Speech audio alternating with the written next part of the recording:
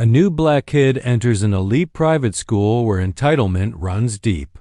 From the very first moment, mockery and prejudice hit him like a storm. Yet beneath his silence lies something none of them could imagine. The opening scene sets the tone with shocking disrespect, symbolic humiliation, and a cliffhanger that hints at his hidden strength. "We don't let people like you sit at this table." The words sliced through the air like glass breaking. The laughter that followed was cruel, sharp, and unapologetic. 4 boys in expensive blazers leaned back in their velvet chairs inside the polished dining hall of Westbridge Academy, the school of legacy, wealth, and inherited privilege. The new kid stood in silence. His tray of food trembled slightly in his hands, though his eyes did not. The chandeliers above spilled golden light over the polished oak tables, the crystal glasses, the silver cutlery. Everything about this place screamed money and power. Everything, except him. He wasn't supposed to belong here.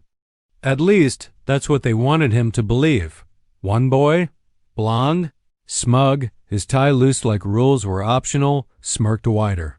"Wrong school, man. The cafeteria for your kind is down the street." His friends erupted in more laughter, slapping the table, pushing their untouched plates aside to make their mockery louder than their hunger. The boy holding the tray didn't move. His silence only fueled their arrogance. "Didn't you hear me?" The blonde leaned forward, lowering his voice into a venomous hiss. "I said get out." Around the hall, whispers started. Other students looked up from their meals, pretending not to watch while watching everything. A teacher glanced over from a distance, then just as quickly looked away, sinking back into the comfort of avoidance. The room became a stage. The new kid, the unwilling actor, the bullies, the loud performers. His chest rose and fell once, calm, controlled. He set his tray down carefully on the table. The silver fork clinked against the plate, a soft, deliberate sound that made their laughter falter just for a breath. Then he spoke. His voice was low but steady. "You laugh loud because you're afraid of silence." The blonde blinked. Confusion flickered across his face before anger rushed back in. He pushed back his chair with a screech, standing, trying to tower over the boy. "You don't talk back to me." The new kid didn't flinch. He reached into his blazer pocket and pulled out his student ID. For a second, the room thought he would just flash it to prove his place here. Instead, he held it up in front of the blonde's face and tore it clean in half. Gasps rippled through the hall. "You think this place defines me?" His words rang sharper than the chandelier's crystal chime. "I define me." The blonde's smirk cracked. His friends shuffled in their seats, the rhythm of their cruelty thrown off balance. For the first time, they weren't laughing. For the first time, they weren't sure. The silence that followed was heavier than the noise before. Every eye in the room locked onto the boy who stood there, calm, unshaken, pieces of his torn ID slipping from his fingers onto the polished floor. Then came the line that no one expected. The one that would echo in their heads long after this day. "Be careful. Who you mock. You don't know what they've survived to stand here." His words carried weight none of them understood. Not yet. But they would. The blonde clenched his fists, red-faced, searching for the next insult to hurl, the next cruel laugh to reignite his dominance. But before he could speak, the heavy oak doors of the dining hall creaked open. A figure stepped in. Tall, broad-shouldered, with the kind of walk that made the room instinctively shift. His eyes scanned the hall until they locked on the new kid, and that's when the whispers turned into gasps, because no one knew who this boy really was. Not yet, but the one who just entered did, and the truth about him was about to change everything. The dining hall froze. The tall figure who had entered didn't need to speak. His presence alone silenced the whispers. His steps echoed on the marble floor, heavy, deliberate, each one pulling every eye in the room toward him. The blond bully straightened his blazer, forcing a smirk back onto his face as if he wasn't rattled just moments ago. Another teacher. Come to babysit? Perfect timing. You can show this. He gestured toward the new boy with a wave of arrogance. Where he actually belongs, but the man didn't look at the blonde. His gaze locked only on the new kid. His expression was unreadable, caught somewhere between recognition and disbelief. You, he muttered, almost too quietly for the room to hear.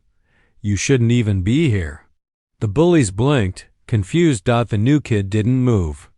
His jaw tightened, but his eyes stayed steady. Why? He asked flatly. The man paused. His stare deepened, as though searching for something buried behind those calm eyes. The room waited, students frozen in anticipation, waiting for someone to break the silence. Finally, the blonde sneered. So you do know him. Figures. Probably some charity case. He shoved the new kid's tray off the table, letting the food splatter onto the pristine floor. Gasps rippled across the room. The new kid didn't flinch. His gaze never left the man at the door. You know me, he said quietly. The man swallowed hard. I thought I did. The blonde barked out a laugh, desperate to reclaim control. Oh, this is rich. What are you, some long-lost cousin of the janitor? Some army brat trying to look tough? He stepped closer, chest puffed. This is Westbridge, boy. You don't scare us. And then, almost imperceptibly, the man's hand twitched. A soldier's twitch. A reflex. His eyes narrowed at the blonde, but only for a second before returning to the new kid. I know those eyes, the man whispered. I've seen them before. Not here. Not in any school. Somewhere else. Somewhere darker. The blonde froze for just a moment, then scoffed. Whatever, you're both pathetic. He turned to his friends. Let's go. Waste of time. But even as they tried to laugh, their voices cracked. The energy had shifted. The new kid hadn't lifted a hand, hadn't raised his voice, and yet somehow the bullies were the ones shrinking. The man finally spoke louder, enough for the room to hear. You don't want to do this, he warned the blonde. Do what? The blonde stepped forward, trying to mask his unease. What's he gonna do, huh? Hit me? You'd expel him before the punch landed. The man's voice dropped low again, almost a growl. You don't understand. The new kid finally broke his silence. No, they don't. Not yet. The blonde shoved him in the chest. Then make me understand, tough guy. The dining hall held its breath. Every student leaned forward, terrified of what might come next. But the new kid didn't strike back. He simply straightened his blazer where it had been pushed, his expression unreadable. Instead of anger, there was a terrifying calmness. The kind of calmness that unsettles bullies more than rage ever could. Not here, he said softly. Not now. The blonde laughed, relieved, misinterpreting the restraint as weakness. He turned to his friends. See? He's nothing. But the man at the door saw it differently. He saw the way the new kid's shoulders stayed perfectly balanced, the way his breathing never spiked, the way his eyes stayed locked and controlled like crosshairs on a target. It wasn't weakness. It was discipline. Dangerous discipline. He had seen soldiers fall apart under less pressure. But this boy didn't break. The man finally stepped fully into the hall, his voice cut like steel. Enough. The bullies looked startled, but none dared to push further. Even the blonde backed down, though his pride burned red in his cheeks. He muttered something under his breath and stormed off, his entourage trailing behind him. Silence settled again. All eyes still lingered on the new kid. The man approached slowly, stopping just a few feet away. He lowered his voice so only the boy could hear. They don't know who you are, do they? The new kid finally looked him in the eye. For the first time, there was a flicker of something. Not fear, not anger, but memory. A shadow of something. Heavier than any of these students could imagine. "No," he said simply, "and it's better that way." The man's jaw clenched. "For now."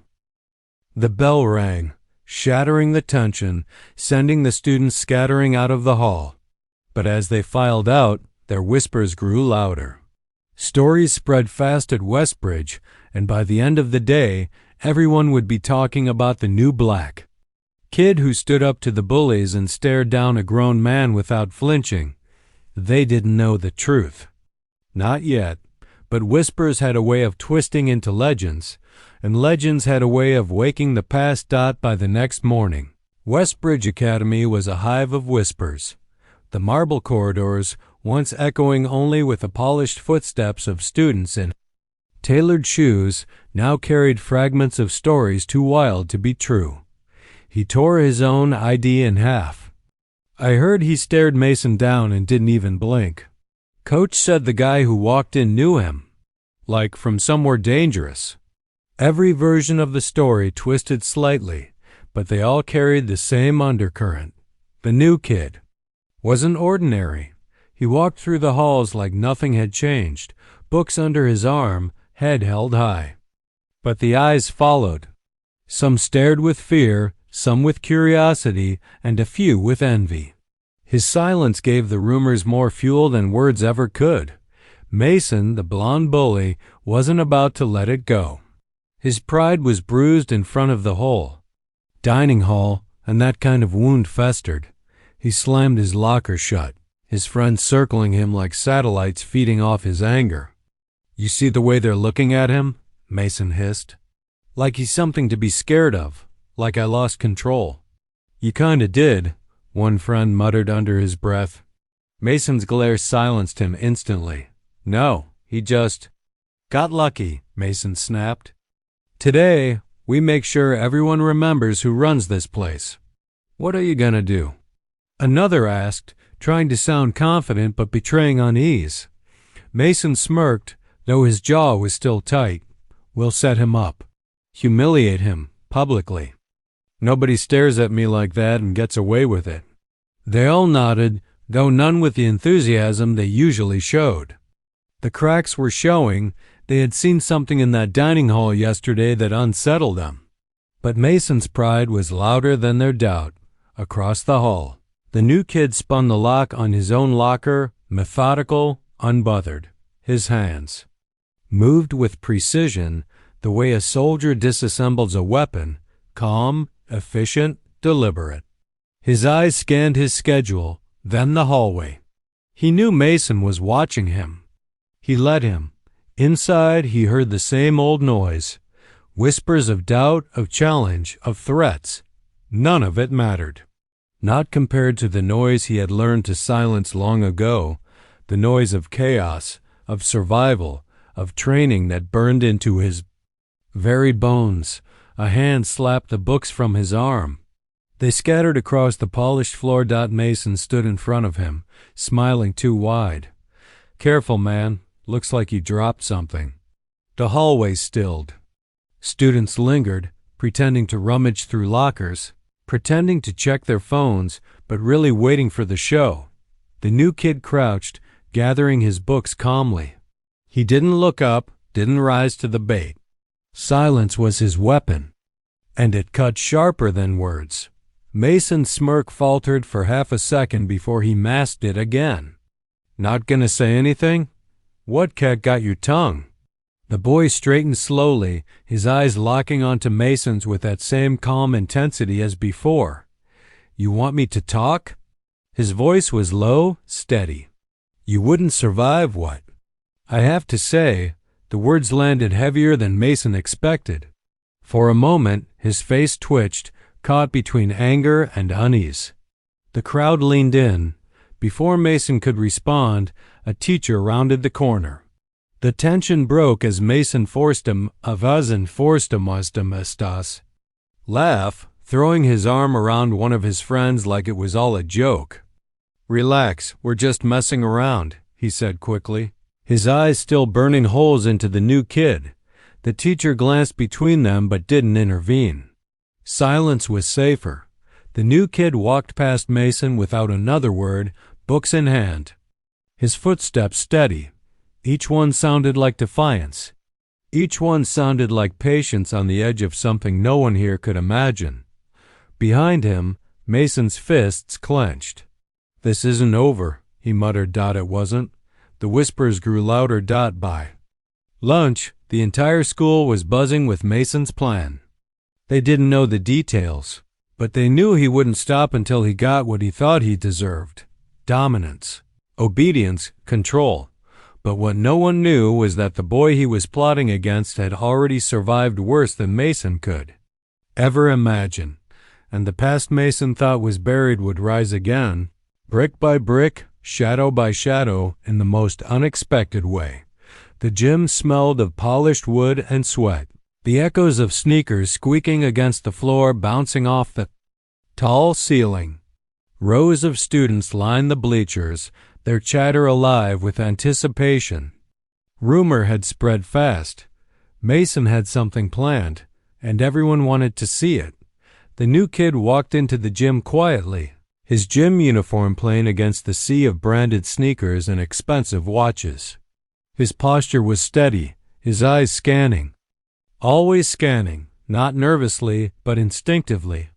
Like a soldier checking terrain, Mason waited near the center of the court, basketball spinning on his finger, his smirk plastered wide.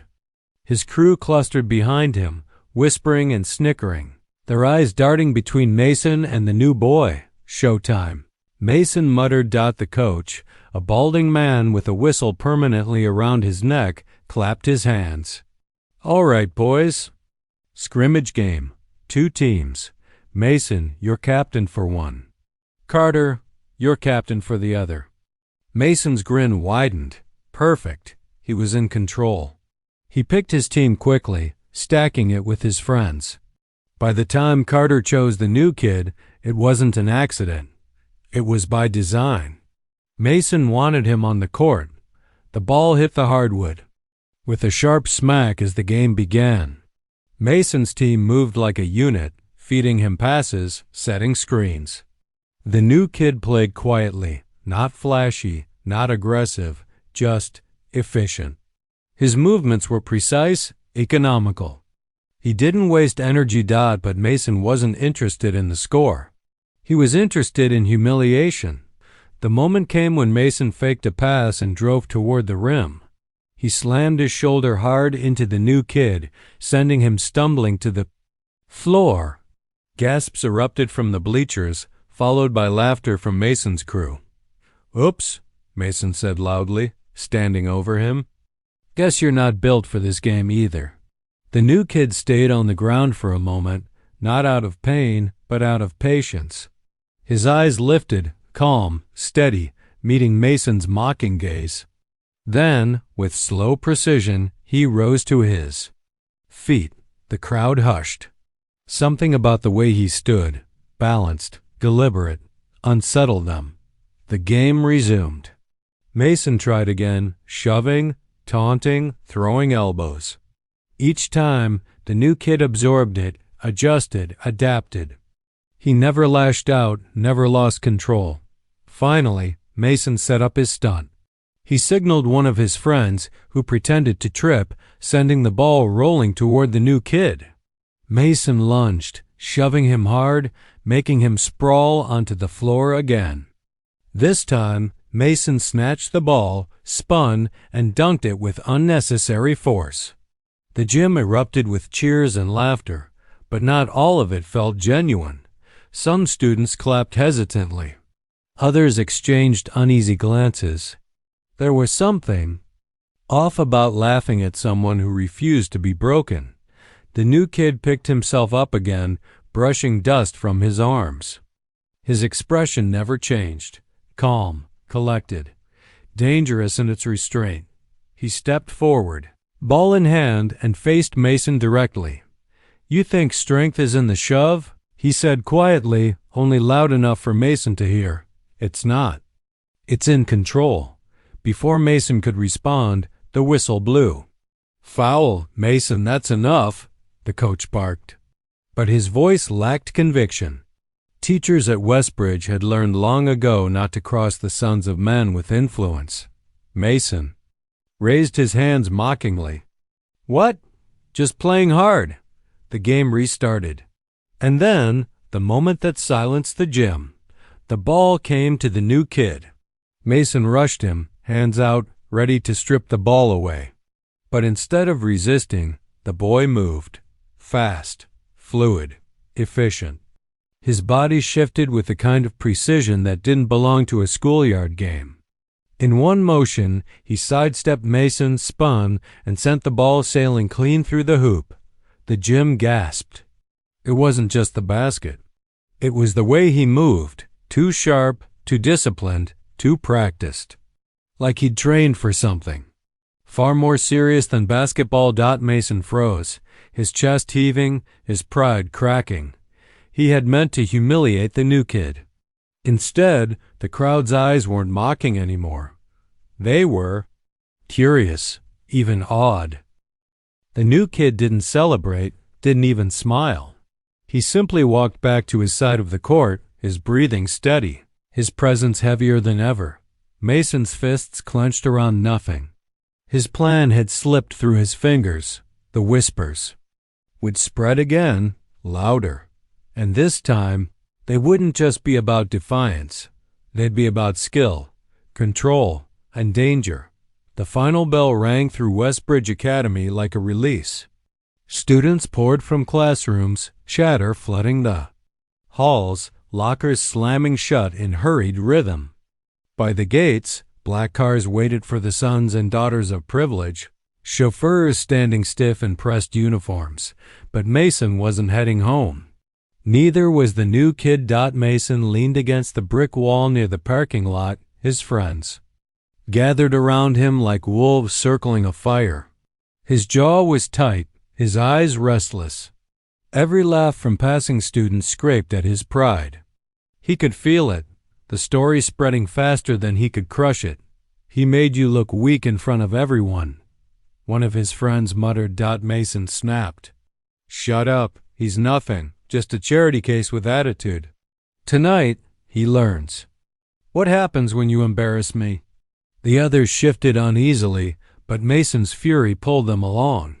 The new kid exited the school quietly, backpack slung over one shoulder.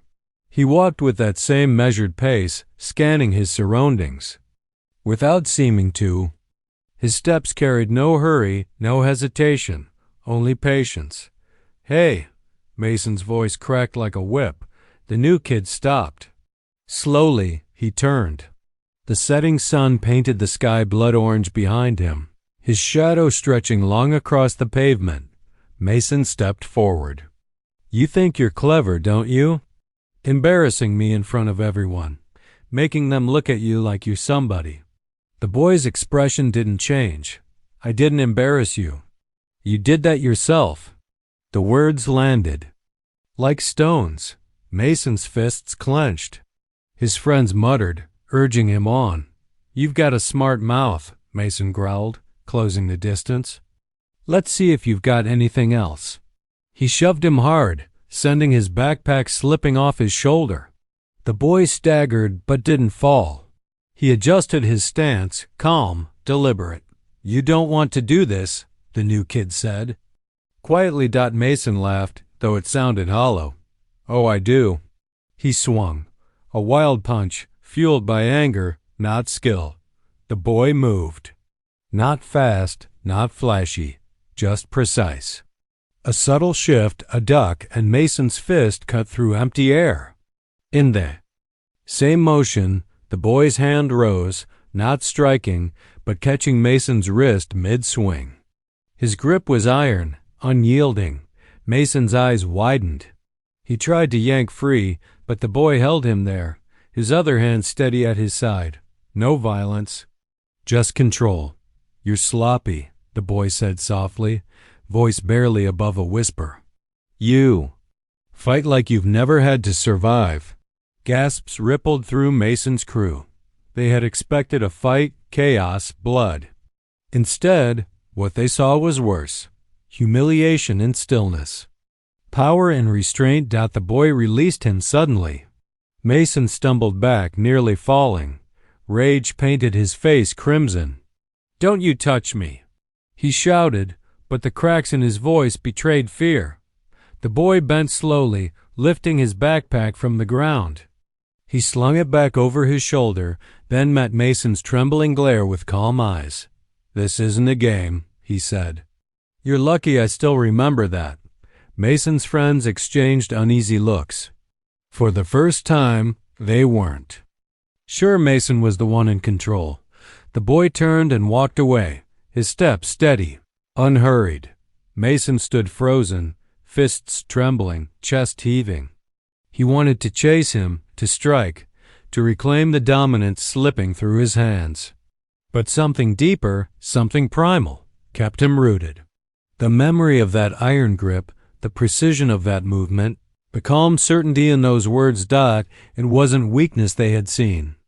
It was something far worse. It was training. The kind you don't get in schools like Westbridge. The whispers would grow louder tonight. And for the first time, Mason wasn't sure he wanted to know the truth behind them. Night fell heavy over Westbridge. The grand houses of the wealthy suburbs glowed with chandeliers and sprawling lawns.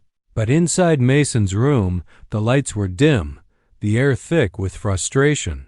He sat hunched at his desk, phone in hand, scrolling through search results. Every attempt to find information about the new kid turned up nothing. No social media accounts. No photos from previous schools. No family details. It was as if he didn't exist before walking through Westbridge's doors. Mason slammed his fist against the desk. "Nobody just appears out of nowhere," he muttered. But the grip, the precision, the calm, that wasn't normal. He knew it. Across the room, his best friend Tyler shifted uneasily on the edge of the bed. "Man, maybe just let it go. He embarrassed you, yeah, but chasing this, it's making you look." "Shut up," Mason snapped. His eyes were bloodshot, restless. "You didn't feel it." He wasn't fighting back. He was controlling me. Like I was a kid. Like he'd done this before.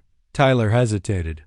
"Maybe he took boxing lessons?" Mason turned sharply.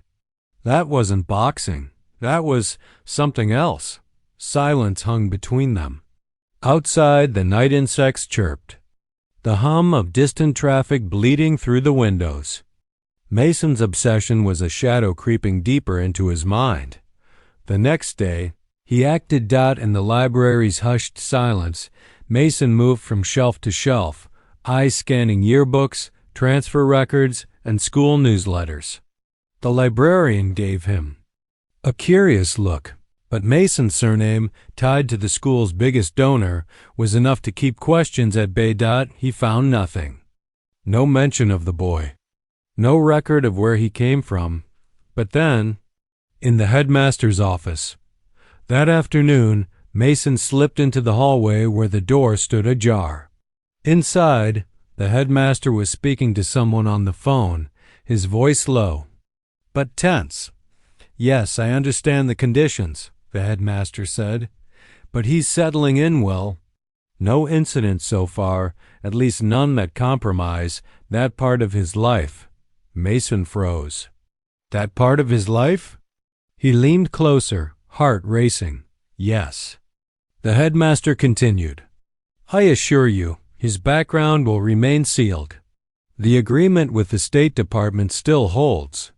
No one here will know who he is." Mason's pulse pounded in his ears. He barely pulled away in time as the headmaster hung up and stepped toward the door. He rushed back down the corridor, mind spinning. State Department? Sealed background? Who was this kid? That evening, Mason sat with his crew again, but this time his arrogance was gone, replaced by unease. "There's something off about him," Mason said, voice low. "He's not just some random transfer. The school's hiding something. The headmaster's in on it." The others exchanged glances. Tyler swallowed. You're saying what? Like he's some spy or something? I don't know, Mason admitted, but he's dangerous. I can feel it. And if we don't figure out what he really is, he's going to own this place. Across the cafeteria, the boy sat alone, eating in silence. Students gave him space, whispering as they passed, still replaying the scene from after school. But if he heard them, he didn't show it. His calm unnerved Mason more than any fight could have. That night, Mason's obsession deepened further. He scoured the dark corners of the internet, searching by vague details, by rumors whispered in hallways. Hours passed until his eyes landed on a headline buried in an archived article from 2 years ago. Foreign program trains. At-risk youth in tactical survival, few graduate. The article mentioned no names, no photos, just fragments of descriptions. Young recruits, strict discipline, skills meant for survival in conflict zones. Mason's chest tightened. The boy's calm, the grip, the discipline, it all fit. He whispered to himself, voice trembling with both fear and excitement. He's one of them. For the first time, Mason realized something chilling. This wasn't just about pride anymore. The new kid wasn't just better than him. He might be dangerous enough to end him. The morning sun spilled over Westbridge Academy, casting golden light across its marble steps. Students moved in clusters, their chatter still orbiting the same subject. The fight that wasn't really a fight. The grip that ended everything. But Mason wasn't listening. He wasn't joking with his friends, wasn't smirking at passing girls, wasn't basking in his usual spotlight. Instead, his jaw was tight, his eyes fixed on a single figure across the courtyard. The boy, silent, unbothered, reading a worn paperback, as if the world around him didn't exist. Mason's fists clenched at his sides. The article from last night still burned in his mind. The survival program. The headmaster's phone call. The unanswered questions. This wasn't about pride anymore. It was about control, about finding out the truth. He moved. Hey. The word was sharp, cutting through the hum of voices. Students turned, sensing tension. Mason stood before the boy, blocking the sunlight. The boy lifted his eyes, calm as ever, his expression unreadable. We need to talk, Mason said, his voice low. Now. For a long second, silence stretched between them. Then the boy closed his book slowly, carefully, and slipped it into his backpack. He rose, taller than Mason remembered, his frame wiry but firm. All right, he said simply. His voice was calm, almost too calm. Mason blinked, thrown off. He'd expected resistance, maybe fear. Instead, he got agreement. They moved away from the crowd, slipping into the shadowed edge of the old gymnasium, where peeling paint and broken benches kept most students away. Mason turned, his voice sharp. Who are you, really? The boy tilted his head, as though amused. You already know who I am. Don't play games with me, Mason hissed. I heard the headmaster. I found the articles. That grip, the way you moved, normal kids. Don't do that. The boy's eyes flickered, just for a moment. A crack in the calm. Mason pounced on it. So it's true. You're some kind of what? Soldier? Spy? Experiment? Silence. Finally, the boy spoke, his tone even but heavy. You don't want to know the truth, Mason. That only fueled Mason's rage. Don't tell me what I want. You come into my school, humiliate me in front of everyone, act like you're better than us. I didn't humiliate you, the boy interrupted, his voice suddenly firmer. You did that to yourself? Mason's nostrils flared. The words cut deeper than any punch could. You think you can just stand there, calm and quiet, and no one will notice? Mason sneered. Well, I noticed. And I'm not stopping until I know who you really are. The boy exhaled slowly, his gaze fixed somewhere far away, as if seeing things Mason couldn't. Finally, he said, "I was trained. That's all you need to know." Mason's heart pounded. The words confirmed everything, yet answered nothing. Trained for what? Mason pressed. The boy's jaw tightened. To survive. The weight of the words hung between them. Mason swallowed, caught between fear and fascination. He wanted to push further, to drag out every secret, but something in the boy's eyes froze him. Not anger, not defiance, but pain. And for the first time, Mason realized that behind the calm, behind the strength, there was something broken. Something dangerous, not because it was powerful, but because it was wounded. Still, Mason couldn't stop. Why here? Why Westbridge? The boy looked at him then, really looked at him. Because they promised I could have a normal life.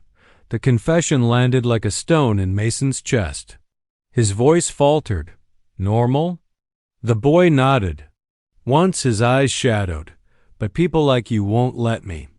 Mason opened his mouth, but no words came. His usual fire, the arrogance, the need to dominate, sputtered against the quiet truth standing before him. For the first time, it wasn't Mason who held power. It was the boy. Before Mason could speak again, the bell rang, echoing through the courtyard. Students began filing into classrooms, their voices distant. The boy slung his backpack over his shoulder and walked past Mason, brushing by with quiet finality. Mason remained rooted in place, his chest heaving, his mind spinning. The confrontation had given him answers, but not the ones he wanted.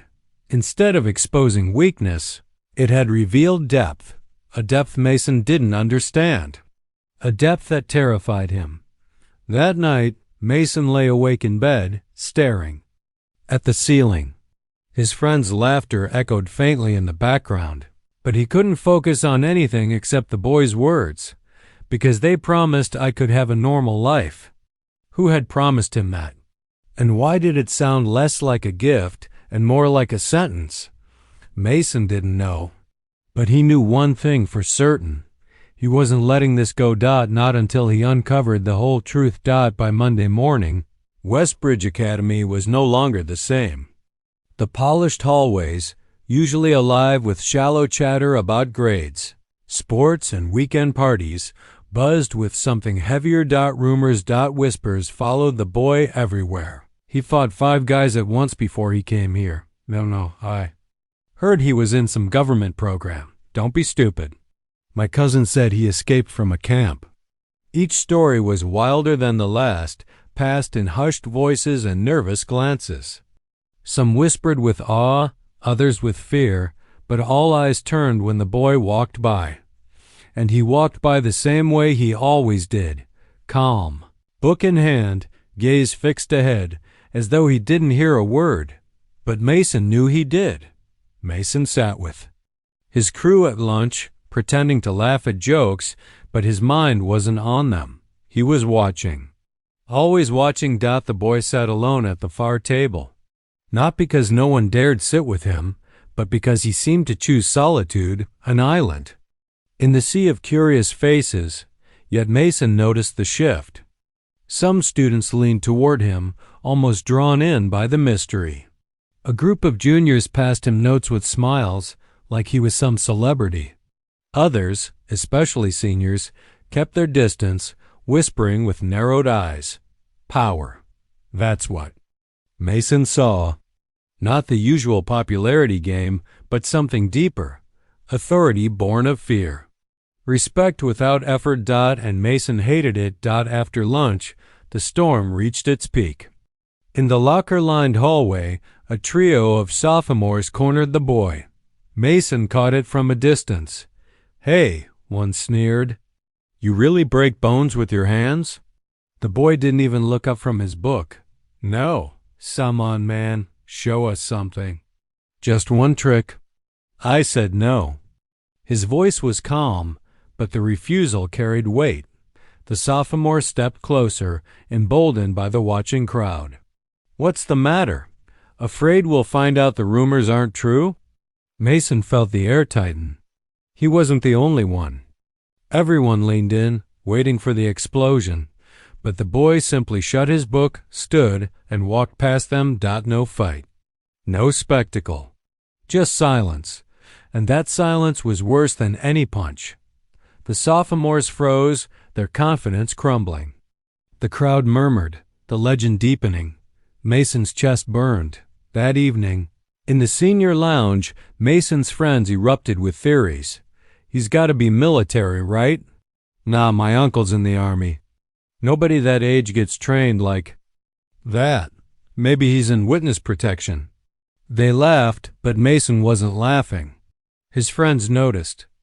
Dude, why do you care so much? One asked. He embarrassed you, sure, but nobody cares anymore. Nobody cares. The word stung. Because Mason knew they were wrong. Everyone cared. Everyone was talking about him. Not Mason, him. By midweek, the teachers noticed too. In history class, Mrs. Ellison asked the boy about an obscure battle. His answer was precise, detailed, as though he had seen it. Students exchanged wide-eyed looks. In gym, Coach Harris paired him with the prowess, paired him with the Vanazim. Wrestling captain. The match lasted seconds. One fluid move, not violent but efficient. The captain was pinned, breathless, staring up at him with disbelief. The whispers turned into a roar. Did you see that? He's unstoppable. No, he's dangerous. The divide grew. Some students admired him. Others feared him. And Mason? Mason's world was crumbling. His throne, his control of the school's hierarchy, was slipping. Not because of fights or insults, but because of silence. The boy didn't have to do anything, and he was already untouchable. Late at night, Mason scrolled through forums, searching for anything. Survival programs, training camps, experimental academies. He pieced together fragments, but nothing explained. Him. The question gnawed at him. Who was this boy? And what would happen when the truth finally came out? The tipping point came Friday afternoon. The boy was walking through the courtyard when a football player, bigger, louder, reckless, blocked his path. Hey, tough guy, the player sneered, voice booming. Why don't you show us how strong you really are? The crowd gathered instantly. Students climbed onto benches, pulled out their phones. This was it, the fight they'd all been waiting for. The boy stopped, eyes steady. He didn't flinch, didn't smile.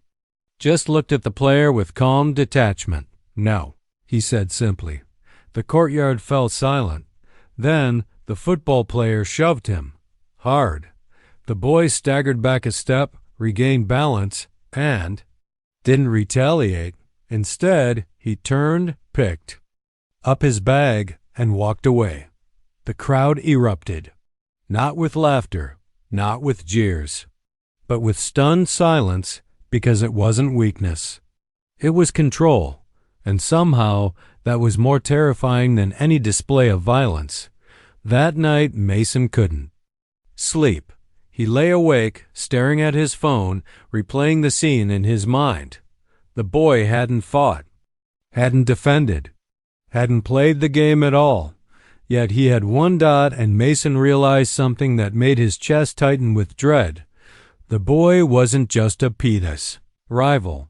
He was a force, something bigger than Mason, bigger than the school. And if Mason didn't uncover the truth soon, he feared the boy's shadow would swallow him whole. The night was colder than usual, but Mason barely noticed. His laptop screen glowed against the darkness of his room, tabs upon tabs open, each one a thread in the tangled web he was trying to unravel. The boy's face stared back at him in the dim light, school photos, class rosters, fragments of public records Mason had hacked together with persistence and desperation. But there was almost nothing. No family mentions, no childhood photos, no social media trail. It was like he had appeared from nowhere. Mason's fingers tapped nervously on the desk. He wasn't just frustrated. He was afraid that by the next morning, the academy was humming again. The boy entered the main hall as always, silent, collected, untouchable. Students' eyes followed him, not with the casual interest of before, but with something heavier: respect, curiosity, fear. Mason felt it like a knife twisting in his ribs. He couldn't take it anymore. That afternoon, Mason cornered his closest. Eli, a wiry kid named Tyler who dabbled in tech. "I need you to dig deeper," Mason said, voice low, urgent. "On who?" Tyler asked, though his raised eyebrow made it clear he already knew. The new kid. "I want everything." Tyler hesitated. "Man, are you sure?" "That guy's different." "I don't think you want. I don't care what you think," Mason snapped. "Just do it." Tyler swallowed, then not a dot days blurred together. Mason's obsession grew sharper. He started skipping hangouts, blowing off practices, ignoring texts. His friends whispered behind his back, wondering if he had finally lost his grip, but Mason didn't care. Late one night, Tyler came through. He slid Mason a flash drive during study hall. "Careful," he whispered. "What you're asking for? This stuff's not normal." Mason's pulse quickened. He shoved the drive into his pocket like it was contraband. That evening, Mason locked his door, plugged the drive into his laptop, and waited. Files opened, restricted documents, reports. With government seals, blurry scanned pages with heavy black redactions. Mason's eyes darted across the text, each sentence striking him harder than the last. Subject: Project Sentinel. Status: active. Designation: redacted. He scrolled faster, breath shallow. Snippets leapt out at him. Psychological conditioning. Combat. Readiness far beyond standard metrics. Enhanced situational awareness. Experimental candidate. Placement in controlled civilian environment. Mason froze. His hands trembled. The boy wasn't just some transfer student. He was part of something bigger, something secret, and suddenly Mason understood why the boy never fought back, why he carried himself with such control. He wasn't playing the same game. He was training. The revelation should have satisfied him, but instead, it made Mason's stomach churn with dread. Because if the rumors spread, if people knew, the school wouldn't just be a school anymore. It would become a stage. And Mason was already standing too close to the edge. The next morning, Mason couldn't stop staring at him. The boy sat in class calm as ever, jotting notes with quiet precision. Did he know? Did he realize? His secret had been touched? At lunch, Mason caught glimpses. The boy moving through crowds with an ease that seemed rehearsed, as if every step, every glance, was calculated. And Mason's paranoia grew. What if he knew Mason was digging? What if Mason had crossed a line that couldn't be uncrossed? That Friday, it all came to a head. The school auditorium was packed for assembly. The headmaster droned on about upcoming exams, announcements echoing through the vaulted space.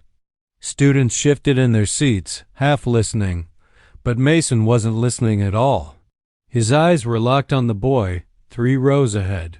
The boy's shoulders were straight, his posture perfect, calm, always calm, and Mason couldn't take it anymore. He stood. The crowd turned, whispers rippling through the air. Mason's voice cut sharp, louder than he intended. "Why don't you tell everyone who you really are?" Silence. Hundreds of eyes shifted between Mason and the boy. The boy slowly turned, his gaze steady, unreadable. Mason's heart hammered, but he pushed forward. "You think nobody notices? You think we don't wonder why there's nothing about you? No family, no past, no. Sit down, Mason." The boy's voice wasn't loud, but it carried. Calm, firm, unshaken. And the room held its breath. Mason swallowed hard. His words. faltered. For a moment, he saw it. The weight behind those eyes. Not anger. Not fear. Something deeper. Something disciplined. The headmaster cleared his throat. "Mr. Hayes, that's enough." Mason's friends tugged him back into his seat, but the damage was done. The whispers had begun again, sharper, hungrier, and Mason realized he had lit a fire he couldn't control. That night, he sat in his car, hands gripping the wheel, the flash drive still burning a hole in his pocket. He thought of the files, the redacted words, the cold, clinical descriptions of someone who was now sitting 2 rows away from him in class. Mason wanted to feel triumphant. Instead, he felt small. For the first time, he wondered if he wasn't the hunter at all, but the prey. The weekend was heavy with tension. Mason barely slept, his mind replaying the moment in the auditorium over and over. His outburst had cracked something open, not just in the room, but in the entire academy. By Monday, whispers followed the boy down every hall. Students huddled in corners, trading theories, wild stories blooming like wildfire. Some said he was a government agent. Others claimed he was an orphan from a secret experiment. A few swore he wasn't even human. The boy himself, unchanged. Calm, steady, silent. He carried his books, took his notes, ate his meals. If the chaos around him rattled him, he never showed it. But Mason knew something was about to break. That afternoon, a fight nearly erupted in the courtyard. A group of seniors, restless, fueled by rumors, cornered the boy. "Hey," one of them sneered, "why don't you tell us what you are, huh? You think you're better than us?" The boy didn't answer. He simply looked at them, his gaze level, unshaken. The senior shoved him. Hard. Gasps rippled across the watching crowd. Mason, standing at the edge, held his breath. The boy stumbled, but didn't strike back. He straightened, adjusted his shirt, and said calmly, "I'm not your enemy." The words landed heavier than any punch could have, but the seniors weren't satisfied. Another moved in, fist raised. Mason felt his heart seize. He didn't know why, but in that moment, he couldn't let it happen. "Stop!" Mason's voice rang out before he could think. All eyes shifted to him. The seniors hesitated. And the boy finally spoke again. "You don't want to do this." His voice was low, steady, almost commanding. For a moment, the courtyard froze. Then, with muttered curses, the seniors backed off, the crowd dispersing in uneasy silence. But Mason knew this wasn't the end. That night, Mason couldn't take it anymore. He found himself standing outside the boys' dorm room, fist hovering over the door. After a moment, he knocked.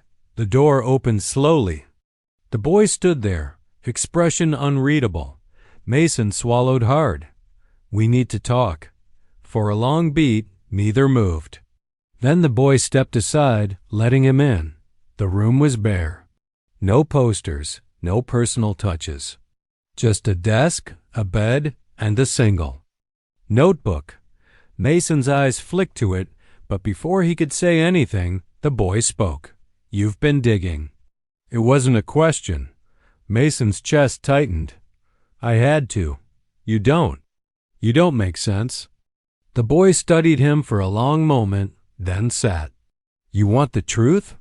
Mason nodded. The boy leaned forward, voice steady, almost gentle.